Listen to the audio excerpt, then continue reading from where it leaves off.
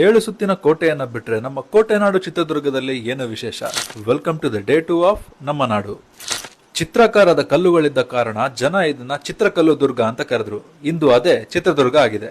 15ರಿಂದ 18 ಶತಮಾನದವರೆಗೂ ತಿಮ್ಮಣ್ಣ ನಾಯಕನಿಂದ ಹಿಡಿದು ರಾಜ ವೀರ ಮದಕರಿ ನಾಯಕನವರೆಗೂ ಪಾಳೆಗಾರರು ಈ ಒಂದು ನೆಲವನ್ನ ಆಳ್ತಾರೆ.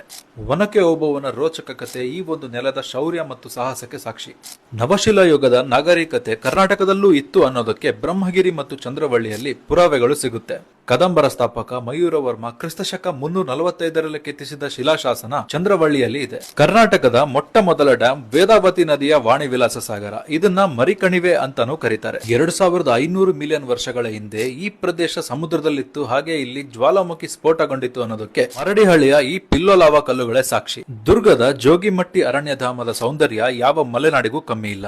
ಇಲ್ಲಿ ವಿಂಡ್ ಎನರ್ಜಿ ಪವರ್ ಪ್ಲಾಂಟ್ಸ್ ಕೂಡ ಇದೆ. ಕರ್ನಾಟಕದ ಕಂಚಿ ಅಂತಾನೆ ಕರೆಸಿಕೊಳ್ಳುವ ಮೊಳಕಾಲ್ಮೂರಿನ ರೇಷ್ಮೆ ಸೀರೆಗೆ 2011ರಲ್ಲಿ ಜಿಐ ಟ್ಯಾಗ್ ಕೂಡ ಸಿಕ್ಕಿದೆ. ಬಳಕೆ ಎಣ್ಣೆ ಉತ್ಪಾದನೆಯಲ್ಲಿ ದೇಶದ 2ನೇ ಸ್ಥಾನದಲ್ಲಿ ನಮ್ಮ ಚಳ್ಳಕೆರೆ ಇದೆ. ಹಾಗಾಗಿ ಇದನ್ನ ಆಯಿಲ್ ಸಿಟಿ ಅಥವಾ ಸೆಕೆಂಡ್ ಮುಂಬೈ ಅಂತ ಕರೀತಾರೆ. ಇಲ್ಲಿ ಇಸ್ರೋದ human space flight centre, bark, DRDO ಹಾಗೂ ಇಂಡಿಯನ್ ಇನ್ಸ್ಟಿಟ್ಯೂಟ್ ಆಫ್ ಸೈನ್ಸ್ ಇರೋದ್ರಿಂದ ಚಳ್ಳಕೆರೆನ ಸೈನ್ಸ್ ಸಿಟಿ ಅಂತಾನೂ ಕರೀತಾರೆ. 6 ತಾಲೂಕುಗಳನ್ನೊಳಗೊಂಡ ಈ ಜಿಲ್ಲೆನಲ್ಲಿ ಹಲವಾರು ಧಾರ್ಮಿಕ ಕೇಂದ್ರಗಳು ಕೂಡ ಇದೆ. ಇವಾಗ ನೀವ್ ಹೇಳಿ, ಕರ್ನಾಟಕದ ಮುಂಬೈ ಅಂತ ಯಾವ ಜಿಲ್ಲೆಯನ್ನ ಕರೀತಾರೆ? ಕಾಮೆಂಟ್ ಮಾಡಿ ತಿಳಿಸಿ. ಪೇಜ್ ಫಾಲೋ ಮಾಡೋದನ್ನ ಮರಿಬೇಡಿ.